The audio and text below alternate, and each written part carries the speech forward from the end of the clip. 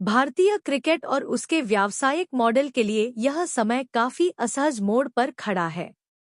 Dream 11 और BCCI के बीच 358 करोड़ रुपए का 3 साल का करार अचानक समाप्त हो गया है और रिपोर्ट्स साफ कर रही हैं कि ड्रीम 11 को इस डील के बाद बीसीसीआई को कोई भुगतान नहीं करना होगा।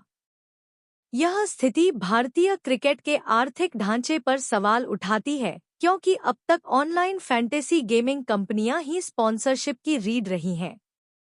पर जब सरकार ने रियल मनी गेमिंग पर पूरी तरह प्रतिबंध लगाकर इसे गैरकानूनी घोषित कर दिया, तो ड्रीम 11 जैसी कंपनियों के लिए महंगे स्पॉन्सरशिप कॉन्ट्रैक्ट निभाना व्यावहारिक रूप से असंभव हो गया।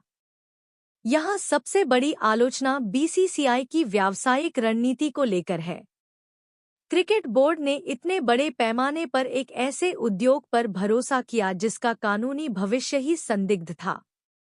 ड्रीम 11 ने जुलाई 2023 में करार किया और भारतीय पुरुष व महिला टीमों की जर्सी पर अपना लोगो लगाया, लेकिन महज 2 साल के भीतर ही हालात बदल गए।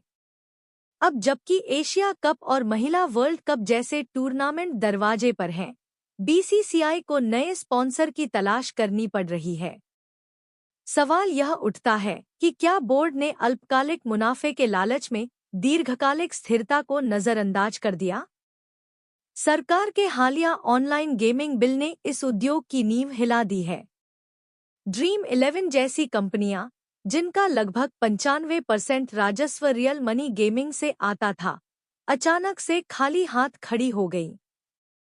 अब ड्रीम स्पोर्ट्स भले ही स्ट्रीमिंग या फ्री टू प्ले मॉडल की ओर रुख करने की बात कर रहा हो, लेकिन इतनी जल्दी राजस्व का विकल्प खोजना आसान नहीं होगा। इससे जाहिर होता है कि जब तक कानूनी स्थिति स्पष्ट न हो, तब तक इस सेक्टर में निवेश करना सीधा जोखिम ही है। बीसीसीआई के सामने दोहरी चुनौती है। एक और उन्हें एशिया कप से पहले स्पॉन्सर चाहिए ताकि भारतीय टीम की जर्सी खाली न दिखे। दूसरी ओर उन्हें ऐसे ब्रांड की तलाश करनी है जिसका बिजनेस मॉडल टिकाऊ हो और जिसे सरकारी नीतियों से तत्काल खतरा न हो। रिपोर्ट्स कह रही हैं कि टेलीकॉम, ऑटोमोबाइल और फिनटेक सेक्टर से रुचि दिखाई गई है, लेकिन यह भी सच है कि आईपीएल जैसी लीग ने स्पॉन्सरशिप बाजार को खंडित कर दिया है। राष्ट्रीय टीम की जर्सी अब भी प्रतिष्ठित मानी जाती है, लेकिन यह प्रतिष्ठा क्या कंपनियों को भारी रकम लगाने के लिए मजबूर कर पाएगी, इस पर संशय है। अगर आलोचनात्मक दृष्टि से देखा जाए तो ड्रीम 11 का यह एग्जिट बीसीसीआई की योजनाओं की कमजोरियों को उजागर करता है। इतना बड़ा बोर्ड होने के बावजूद इसकी वित्तीय निर्भरता अस्थिर उद्योगों पर होना सवाल खड़े करता है। भारतीय क्रिकेट की लोकप्रियता इतनी विशाल है कि यहाँ स्पॉन्सरशिप की कमी नहीं होनी चाहिए, लेकिन बार बार विवादित कंपनियों के साथ करार करना यह दर्शाता है कि बोर्ड अक्सर तात्कालिक लाभ के चक्कर में दीर्घकालिक भरोसे को दरकिनार कर देता है। आगे की तस्वीर मिश्रित है।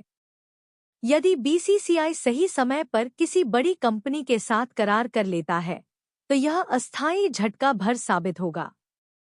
पर यदि जल्दबाजी में कोई समझौता होता है तो इससे ब्रांड वैल्यू को नुकसान पहुंच सकता है।